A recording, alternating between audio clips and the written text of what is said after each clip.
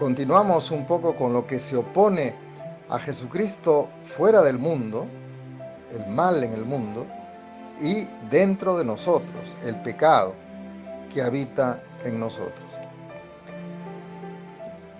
Seguimos con esta metodología. En primer lugar, una motivación. Estamos bajo el influjo del espíritu del mundo, como veíamos hoy día. Lo respiramos, estamos inmersos en él. Nos entra hasta por los poros, a través de los medios de comunicación, de la opinión pública,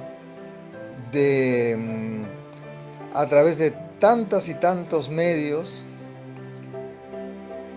que nos sentimos inmersos en este espíritu del mundo. El polvo del espíritu del mundo se puede depositar en nosotros, y de hecho se deposita, por la debilidad, por la fragilidad de nuestro ser, por nuestra inconstancia, por la presunción de ser fuertes, por la confianza puesta en nosotros, por creernos seguros. Por eso, frente a todo esto, estamos llamados a vigilar y estar bien despiertos y atentos. Por una parte, hay que mirar al mundo sin miedo, pero por otro lado no podemos olvidar que el espíritu del mundo ofrece muchas ilusiones y parodias de felicidad.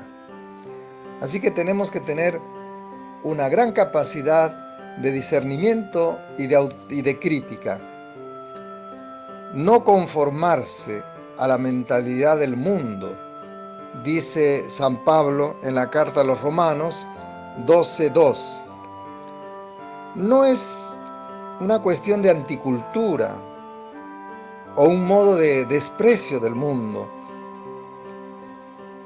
pero qué duda cabe que la propuesta cristiana, que los valores cristianos son contraculturales de los valores que propone el mundo o de los antivalores que propone el mundo. El mundo globalizado nos ha acercado. Formamos parte de esta aldea global.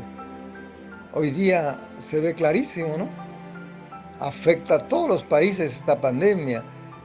Suscita los mismos problemas económicos, sociales, aunque de diferente manera en cada país, pero el mismo fenómeno. Pero este mundo globalizado que nos ha acercado tiene una ideología liberal salvaje, de exclusión de grandes sectores de la humanidad.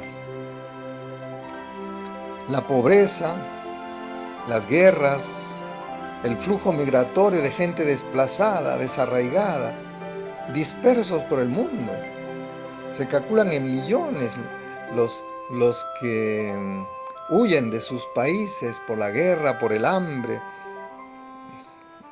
La intolerancia religiosa, los progresos de la ciencia, de la biotecnología y de la medicina han permitido al hombre conocer los secretos de la vida y de la identidad de los seres humanos. Pensemos en el genoma humano. Y con el peligro, esto entraña un peligro, el peligro de enseñorearse del árbol de la vida. Génesis 3:24, de manipular la vida.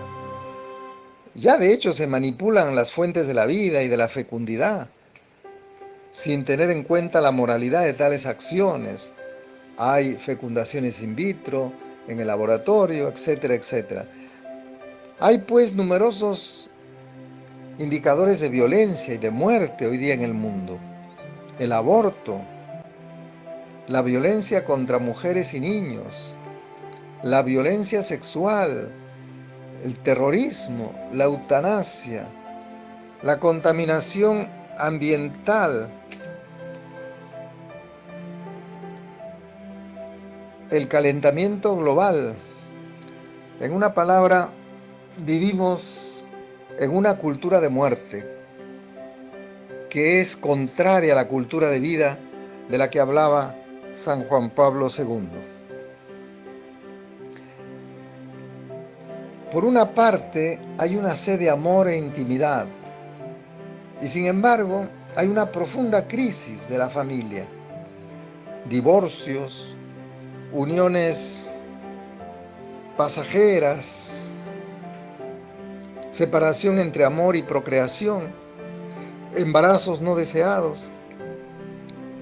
La sexualidad se ha desligado de todo compromiso de fidelidad y de procreación. Sexo sin amor por puro placer, sexo lúdico, sexo sin compromiso, sexo sin procreación, los métodos anticonceptivos. Ha aparecido también la posibilidad de relación con personas del mismo sexo. El eros, decía el Papa Benedicto XVI en su carta Dios es amor, el eros es componente de la naturaleza humana, creado por Dios. Dios no se ha avergonzado de crearnos seres sexuados, pero después del pecado de los orígenes, esta dimensión del ser humano fue tocada por el pecado. Y es por eso que tiene que seguir un proceso de purificación, de ascesis, de renuncia, de recuperación y sanación. Porque, repito, está tocada por el pecado. Hay disminución y debilitamiento en la fe, en el compromiso de muchos creyentes. Una encuesta que ha realizado CPI, me parece, a nivel nacional, sobre qué es lo que más le preocupa a la gente. Claro, evidentemente, en primer lugar está el trabajo, se comprende. Pero me llamó la atención ver que solo el 1% le preocupa no tener misa. Físicamente, quiero decir.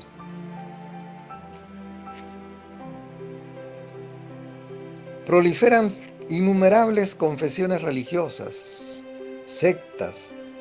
Hay todo un mercado de alternativas religiosas, muchas de ellas cimentadas en la teología de la prosperidad. Si tú contribuyes con tu diezmo, Dios te va a devolver el 100 por 1.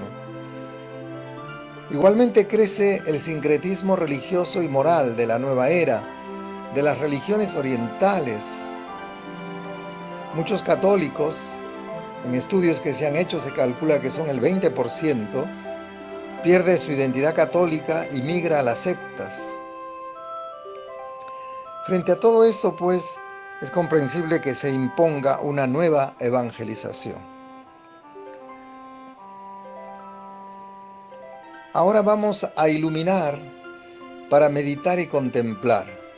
Y la vamos a iluminar este tema con la palabra de Dios, tanto de la antigua alianza, del Antiguo Testamento, como de la nueva alianza o del Nuevo Testamento. Empecemos por el Antiguo Testamento. Génesis capítulo 4, versículo 8 al 12. Después del pecado de desobediencia y soberbia de nuestros primeros padres, Adán y Eva, por instigación del demonio, en este texto se nos narra el fratricidio de Caín. La violencia, después del pecado, como una inmensa sombra de muerte, cubrió la obra de Dios. La armonía del ser humano con Dios, con sus semejantes, con la naturaleza, se quebró. Por eso el texto muy plásticamente dice que se escondieron, buscaban esconderse. Las relaciones entre los seres humanos se deterioró con la mentira, la envidia, el odio y la violencia. La naturaleza dejó de ser el paraíso y el jardín bello y fecundo que produce frutos a granel. El ser humano perdió su equilibrio, su armonía, su paz interior. El segundo texto del Antiguo Testamento será Samuel capítulo 11 y el capítulo 12. Muchos siglos después, el rey David lamentará profundamente su desvarío que lo condujo al adulterio, al asesinato de uno de sus mejores amigos y soldados. El Salmo 50 es un salmo penitencial y este salmo fue compuesto por David y es el grito de un David arrepentido que reconoce su culpa y recurre a la misericordia divina para que lo perdone y recree, dándole un nuevo corazón puro, lleno de sabiduría.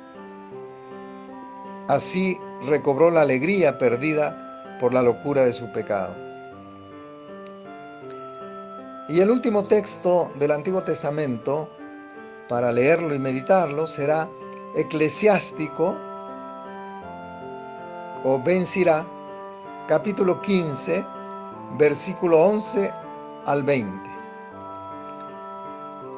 Los sabios de la antigua alianza se han interrogado sobre el origen del pecado y la maldad en el ser humano. ¿De dónde viene la maldad, el pecado en el ser humano? Y han tratado de pensar y se han dado cuenta que Dios creó al hombre y a la mujer a su imagen y semejanza. Y cuando los hubo creado, vio que todo era muy bueno. Sin embargo, la historia de los hombres está llena de escándalos y prevaricaciones, de desobediencia, de infidelidades a la ley de Dios. La pregunta que surge es, ¿de dónde procede la inclinación del hombre a pecar?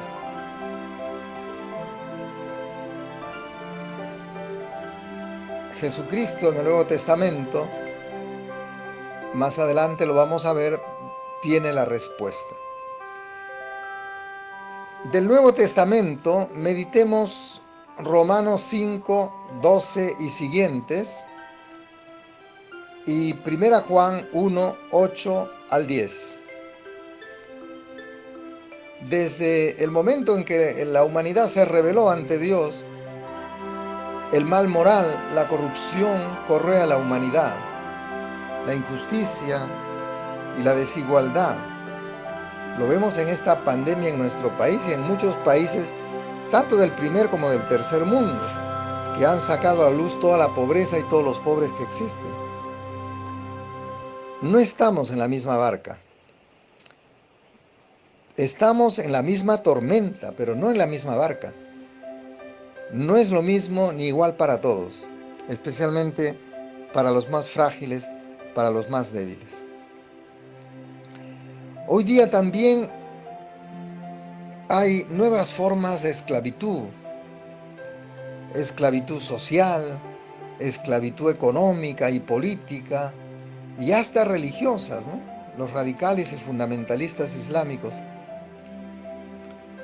Nuestro mundo adolece de tráfico de drogas, tráfico de armas, de pornografía, tráfico de seres humanos, trata de personas, pedofilia y ahora epidemias y pandemias. Pareciera que torrentes de iniquidad inundan el mundo y llegan hasta el lugar santo. Otro texto del Nuevo Testamento, de las cartas de San Pablo, para meditar. Romanos 3, 9 al 18.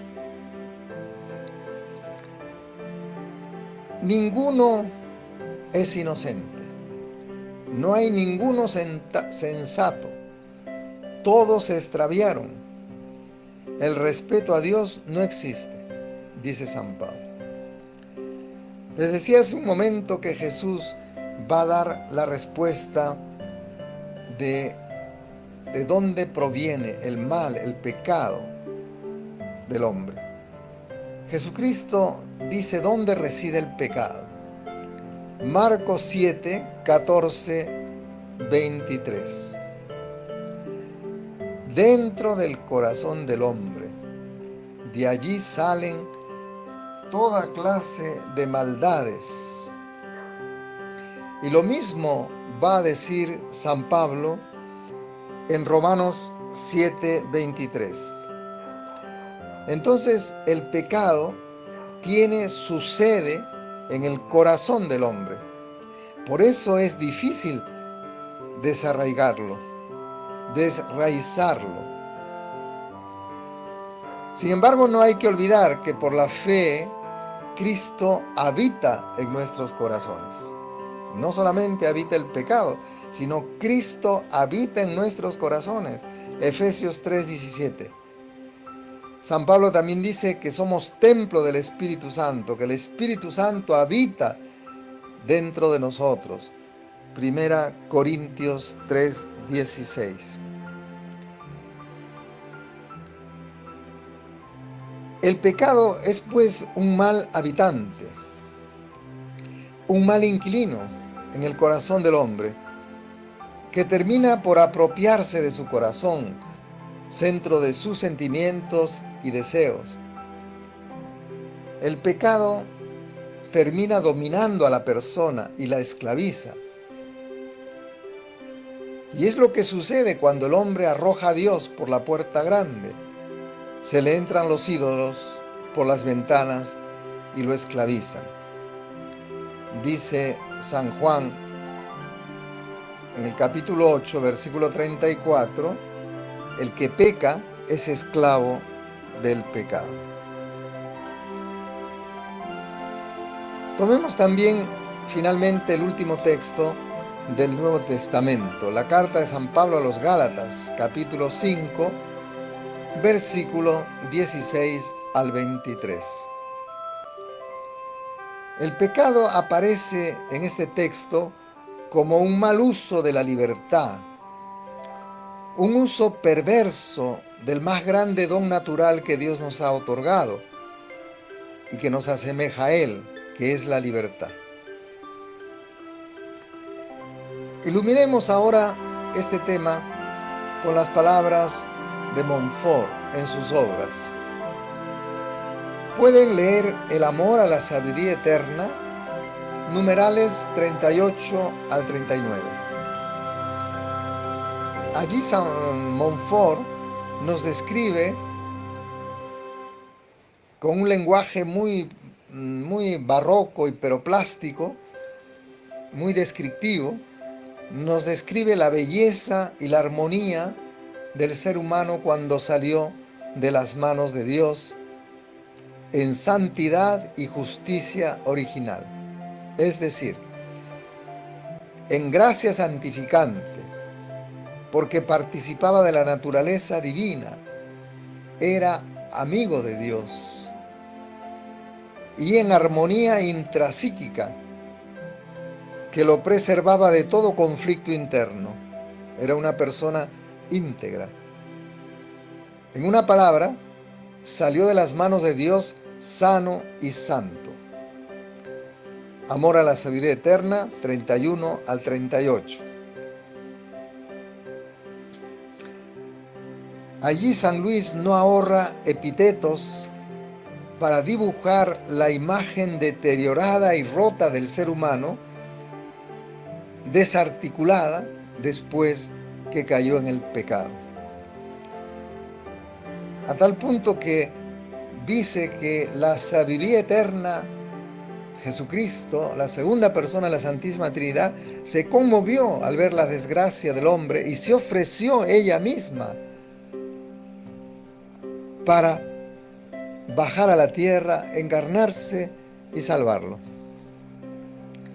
Porque no quería ver hecha pedazos, no quería ver por tierra a su obra maestra, el ser humano. También pueden leer el numeral 79 de la verdadera devoción, del Tratado de la Verdadera Devoción. El pecado de nuestro primer padre nos perjudicó a todos casi totalmente. Nos dejó agriados, engreídos e infectados como la levadura agria levanta e infecta toda la masa en que se la pone. Nuestros pecados actuales, mortales y veniales, aunque estén perdonados, han acrecentado la concupiscencia, la debilidad, inconstancia y corrupciones naturales, y dejado huellas de maldad en nosotros. Nuestros cuerpos se hallan tan corrompidos que el Espíritu Santo los llama cuerpos de pecado. Romanos 6:6. Concebidos en pecado. Salmo 57. Pecador me concibió mi madre. Alimentados en el pecado y capaces de todo pecado. Sujetos a 1000 enfermedades. Nuestra alma unida al cuerpo se ha hecho tan carnal que la Biblia la llama toda carne se había corrompido en su proceder. Génesis 6:12. Tenemos una única herencia, el orgullo y la ceguera en el espíritu, el endurecimiento en el corazón, la debilidad y la inconstancia en el alma, la concupiscencia, las pasiones rebeldes y las enfermedades en el cuerpo. Somos por naturaleza más soberbios que los pavos reales, más apegados a la tierra que los sapos, más viles que los cerdos, más coléricos que los tigres, más perezosos que las tortugas, más débiles que las cañas y más inconstante que las veletas. En el fondo no tenemos sino la nada y el pecado, y solo merecemos la ira divina y la condenación eterna. Esta parece una presentación pesimista del ser humano. Yo creo que tenemos que evitar siempre los extremos. Por un lado, hoy día hay una visión optimista, como es la visión de la nueva era, ¿no?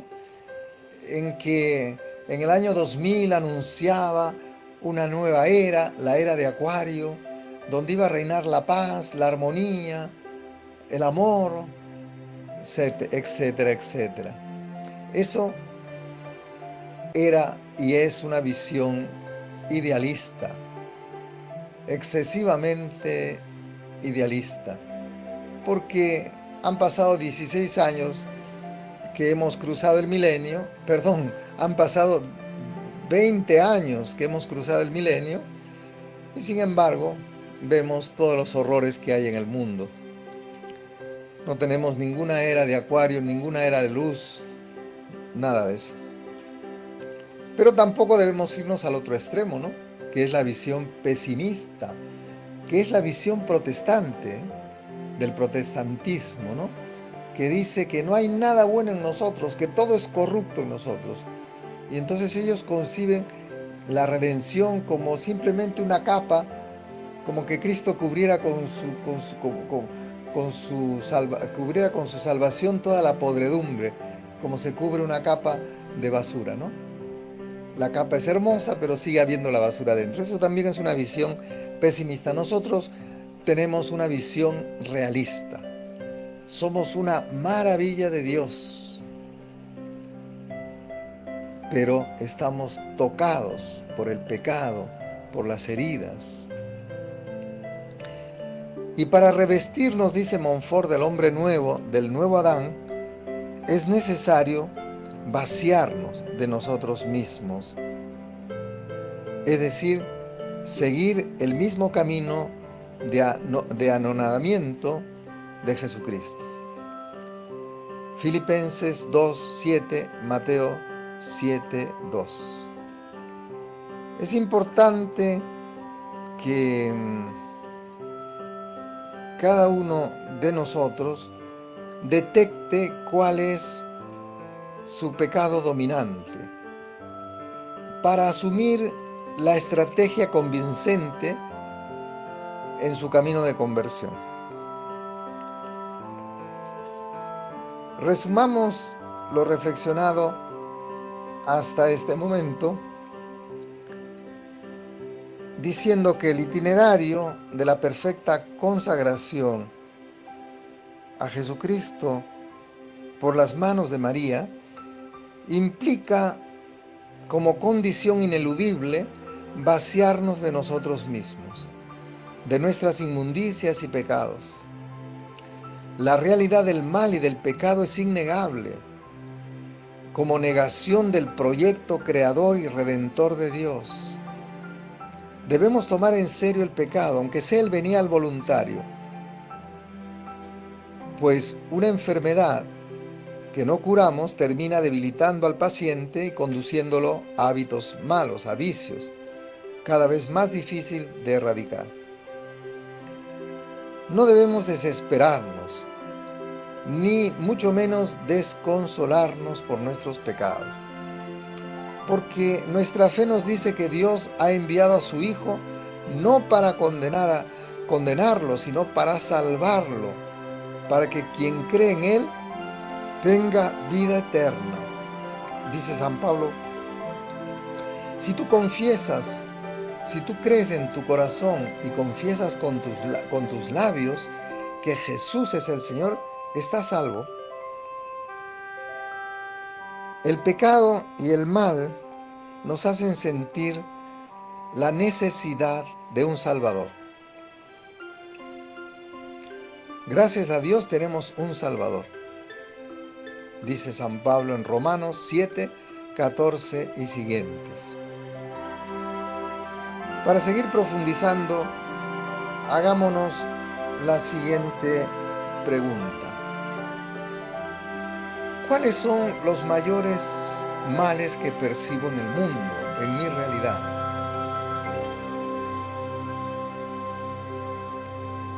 ¿Cuáles son los males que esta pandemia ha destapado y ha hecho evidente y visible en nuestro país?